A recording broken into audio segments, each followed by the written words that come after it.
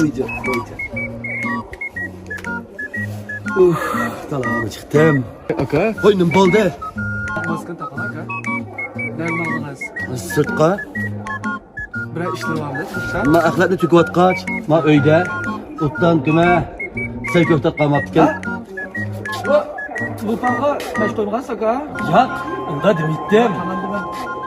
Ma öyde. Sey, köftet, supun. Arak, tamak qalmaptı. Şuna iş yerden çıkıp ekşi olayda mangalkan. Senin aka, siz sırtta çıkmam. Müydak bizde pidayı ballar. Sınırına müydak lazimet finanslarını tolaklap bırakmaz. Sizin öyde tuğununuz. Dörekli kuşkortkanlıkınız, kesellikle aldın ağabeyiniz aka. Fidaye. Bakalım aka. Seni biz fidayi dep. Bütün bağımığa yağlarına qamaydı. Lopның bütün şamallarını sil yapılan büyütemizsin oka. Özürüm diyeceğim He? aka. He? Bu. Bolsam bolda tutam, ters şemez o. He, ben bakıp bakay ona. Oy pidayı. On yağ brut. Oy pidaya ku.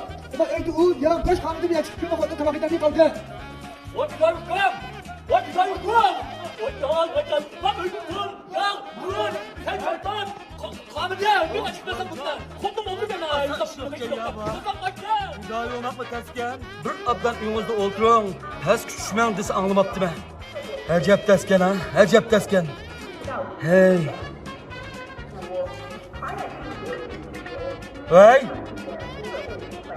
Ha makul, hazır açık bey. Vay can. Oh. Vay ağzı yak yüzüp bey.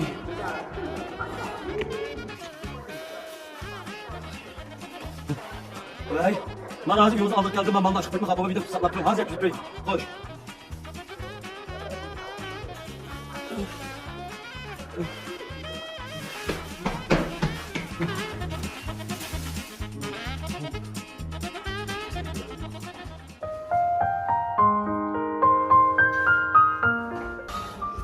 Həcəb hadıma, fidayi olmaq asan emasken, cəbbakeş fidayının qədiga. Əmdi etdim o mən. Kada aka pek herif yattınız bu. Xapılma Afgan, Yok.